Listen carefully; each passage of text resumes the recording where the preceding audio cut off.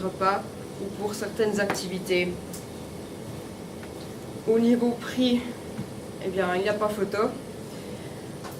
Le loyer mensuel coûte seulement 783 francs pour un appartement de 50 mètres carrés, comparé à 7440 francs pour une place à un EMS.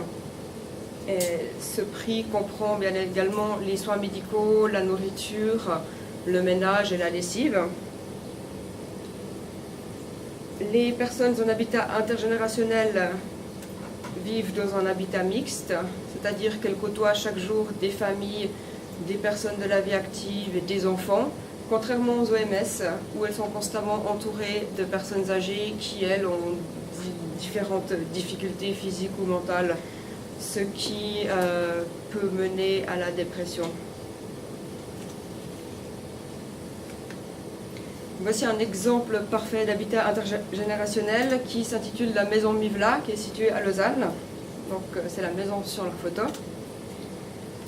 Cette maison est constituée de 39 logements subventionnés et adaptés. Donc, comme vous avez pu le voir avant, les loyers sont très bas, ce qui permet de contrer en quelque sorte la crise du logement et la spéculation du logement. Les familles ont le droit de loger dans cet édifice. Par contre, tout se passe sur la base d'un contrat moral, c'est-à-dire qu'elles ont le droit d'avoir un logement subventionné en échange de services rendus aux personnes âgées. Par exemple, faire les commissions, vider les poubelles et d'autres. Et comme mentionné avant, les personnes âgées conservent leur autonomie car elles vivent en appartement. Cependant, elles jouissent notamment d'espaces communautaires tels qu'une cafétéria qui est gérée par des bénévoles et ils peuvent se joindre pour manger et d'autres personnes âgées du quartier peuvent également se joindre à elles si elles le désirent. Donc, pour que cet habitat fonctionne, il faut que les familles de l'immeuble soient disponibles pour rendre service aux personnes âgées. Cet esprit de solidarité et d'entraide fournit un encadrement sécurisant et c'est justement ce dont ont besoin les personnes âgées pour pouvoir continuer à vivre de manière autonome. Ces dernières portent un bracelet qui est un système d'alarme personnel à domicile.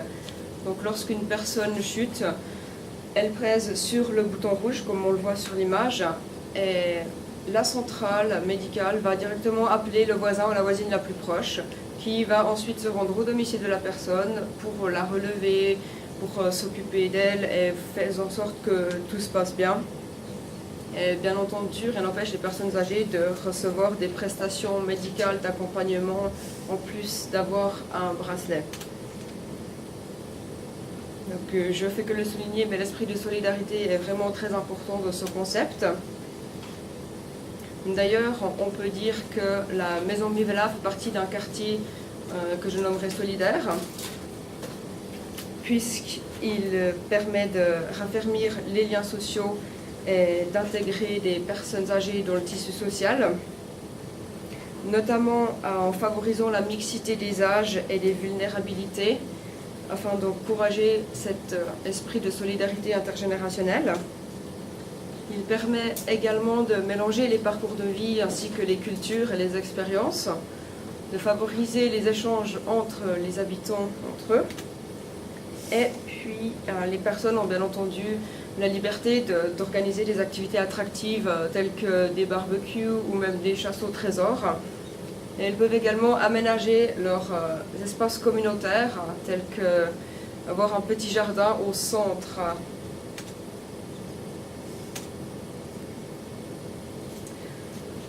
Voici une photo d'une enquête réalisée auprès d'une école.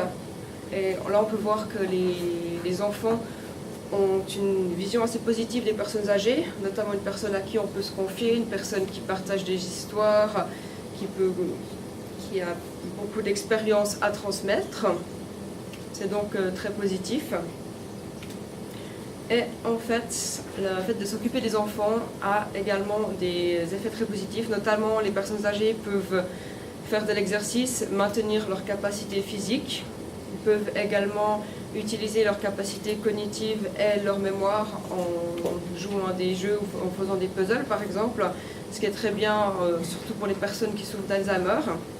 Et le fait de s'occuper des enfants, de leur apprendre quelque chose, de transmettre leur expérience est très gratifiant pour les personnes âgées.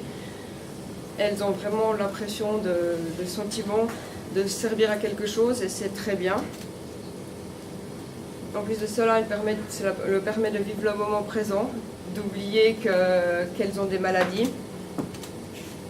Et les jeunes enfants ont une vision positive de l'âge. En conclusion, ce type d'habitation permet une qualité de vie et de santé à bien-être. Chacun peut s'épanouir et apprendre les uns des autres. Il permet également de remailler le tissu social et répondre à l'enjeu économique de la crise du logement. Merci de votre attention.